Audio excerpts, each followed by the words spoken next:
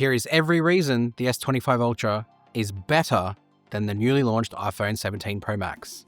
Let's go. I want to remind everyone that a phone that launched in January is better than Apple's latest offering that's launched in September right now. There's still so much about what Samsung have done here that clears every other phone that's launched and the iPhone as well. This year's been a tough year though. There's been a lot of phones that have come out in 2025, not necessarily on a global scale, sort of drip fed everywhere around the world, that have incredible, impressive hardware.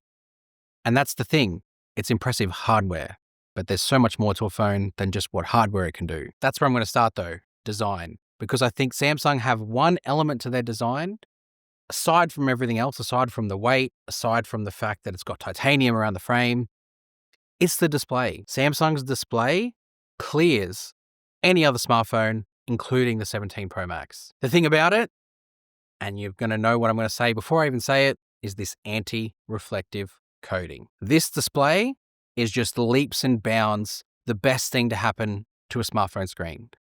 Not just because it makes the blacks deeper and the colors contrast better, but because it just makes visibility in everyday situations miles better than any other phone.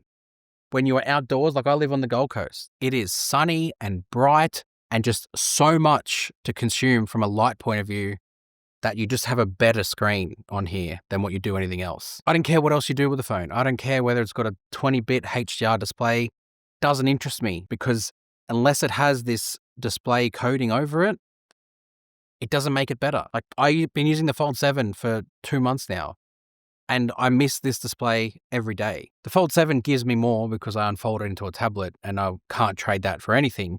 But if we're talking slab smartphones, this just clears it. But then you've got the other design elements, which I kind of briefly mentioned. The nature of the titanium being light, but being strong, like really, really solid. And you've got the lightweight nature of it. 218 grams for a phone that's 6.9 inches doesn't feel real. I remember picking it up at the start of the year and just feeling astounded by how much lighter this was than the S24 Ultra the year before it, whilst also improving nearly everything else about it. I say nearly because obviously we lost the Bluetooth S Pen. Then sort of shifting our focus into the cameras. And I think for me, the cameras are an interesting one because whilst you can talk about the megapixels, you can talk about arrangement, you can talk about hardware, all you like, that's not where my interest lies. Not because Samsung doesn't win there. I will happily admit that Samsung's hardware is inferior on paper to a lot of other brands. Almost every other brand pretty much now. There's one camera though that I think is an addition that, although weak, other cameras could learn from, and that's the 3x telephoto. This camera here, whilst being terrible, is capable, and it's capable for a certain subset of scenarios, and that is in between zooming 1 and 5. You've got that 3x option, which can carry that distance. But hardware, happy to concede if that's what I need to do to get people to not yell at me in the comments. But whilst that's there, whilst you've got that hardware sort of insufficiency on the Ultra, it gets made up for with camera software. And I don't mean processing, I mean actual software, camera modes. Samsung stack their camera system with capabilities. Whether it be just standard photo mode and the options that you get in there, or my personal favorite camera mode, single take, where you can literally press the shutter button for 15 seconds or hold it, press it once, and then 15 seconds it'll record clips and capture a whole bunch of stuff together in one album.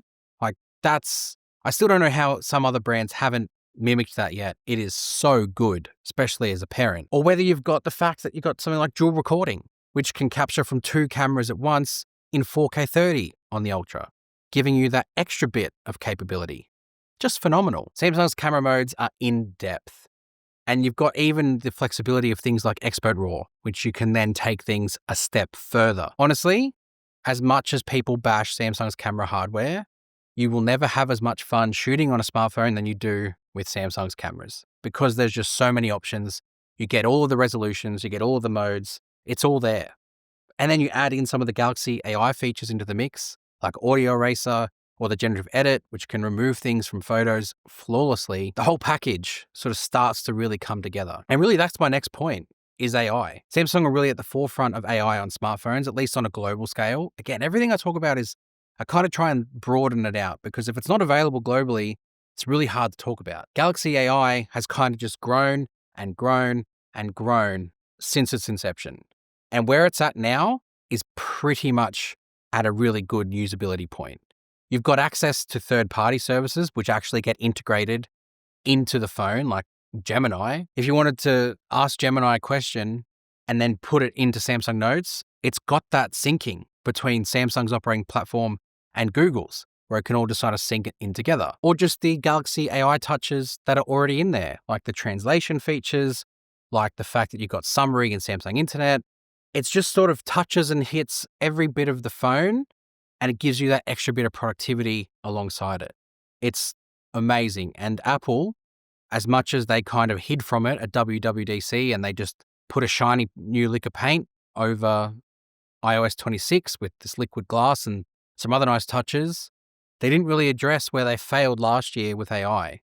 And Samsung didn't wait. They pressed ahead. And at the IFA last week, where they announced partnerships with Perplexity, Copilot with Microsoft, and Gemini, they are really at the forefront of all of it. If this video has you wanting to switch to Samsung, here is an app you need to install to ensure that smooth transition from one platform to the next and bring all your passwords over with you and have them protected. More than 4 million users globally trust Keeper Security to keep their passwords and sensitive information secure, and for good reason. It's the most secure, certified, tested, and audited password security platform available. Built with a zero trust and zero knowledge security architecture with end-to-end encryption, only you can decrypt your vault. Not even Keeper can access your data. With Keeper, one password or one biometric is all you need, and then Keeper will manage all the rest for you. Your passwords, passkeys, documents, pictures, really any sensitive data, are encrypted and stored in your secure vault. And Keeper supports Windows, Mac, iOS, and Android, and syncs across all of those platforms, so you can access it on any supported device. In addition to passwords and passkeys, the Keeper Vault can store files, bank and payment information, addresses, two-factor authentication codes, notes, and more. With Keeper, you can securely share logins, documents, and other records, even with other people who don't use Keeper at all. Of course, get them to use it. Set access codes like view only or edit, and also set expiration times. With the new bi-directional option, recipients can also securely send updates or files back to you. Keeper makes security simple. One app, one vault, and total protection, no matter what device you use. Keeper makes it easy to be secure on any device that you use, and they've made it even easier for you to get access to it via this special offer. Use the code TECHWITH50 to download Keeper today, and thanks to Keeper Security for sponsoring this video. And that's probably, I guess, the next leading point is stepping down from AI, which is kind of like a broad software feature. I would talk about oneui 8. oneui 8 is kind of going to leap Samsung into another stratosphere. Not so much from functionality. It is a very small leap over oneui 7, just from a sense of the fact that it's going to bring Samsung into the conversation with things like animations, with things like fluidity. Samsung no longer have this software where people laugh at. Laughing at software is a weird thing. I know I laugh at iOS. I digress. I more or less look at things, and I think the big one for me is Good Lock. I don't really know why I haven't mentioned this a lot more, because Good Lock is such a powerful tool. I have a video planned where I talk about it being Samsung's best app. And the thing is, it's barely marketed. Good Lock is the key to transforming your Samsung. You can be happy with base oneui, and you can blissfully use that phone with no complications. But if you are someone who gets bored easily, or you like change, or you just want to be expressive, Good Lock is the tool to do it, because it has a module that can hit and target every point of your phone. Don't like the quick panel? Change it. Don't like the lock screen? Change it. Don't like your animations? Tune them yourself. Don't like the fact that your home screen's closed in? Make it a free grid. It's all in there. Everything you can think of that you would want, Samsung give you the option to do it through Good Lock. And then there's the extras. Because it's named Ultra, a lot of people look at it on paper and think, oh, Samsung lost it. This is no longer an Ultra phone, but it still is. You still get all the big numbers that you would want, and you still get all the big features. The biggest one, for me, that sets it all apart is this little guy, the S Pen. Debate rages about whether Samsung are discontinuing it or whether next year it's not going to be there. For now, on this phone, it still exists. It copped a bit of a hit with lacking Bluetooth this year, but everything else it can still do is still worth talking about. Signing documents, lock screen memo, integrating it with Galaxy AI with sketch to image. There's so many things in there that the S Pen can control and enable from productivity and creativity, and it's bundled together inside the phone. There's no extra accessory that you need to purchase. It's all part of it. It's all part of the Ultra experience. Whatever happens next year, that's not this phone's problem. This phone lives continuously and has it. And my biggest point is Samsung DeX. I kind of mentioned that One UI 8 didn't really move the needle with features. Well, it did with DeX. DeX has got a major upgrade with One UI 8, one that I don't think people really understand yet because One UI 8 hasn't really been made available everywhere. It's only on the folds and flips for now and beta on the S25. But the Samsung DeX change, if you're someone who likes to work across multiple displays, having the option to flow the app that you're using from one display to the next via this toggle send to other display is going to be a bit of a game changer for DeX users, because you can start something on your phone, and then the minute you need to expand it onto a bigger canvas, you can just flick it across to the bigger display and it's launched on there. That for me will change Samsung DeX usage, but just the fact that Samsung DeX exists at all, and there's really no competitor to it yet.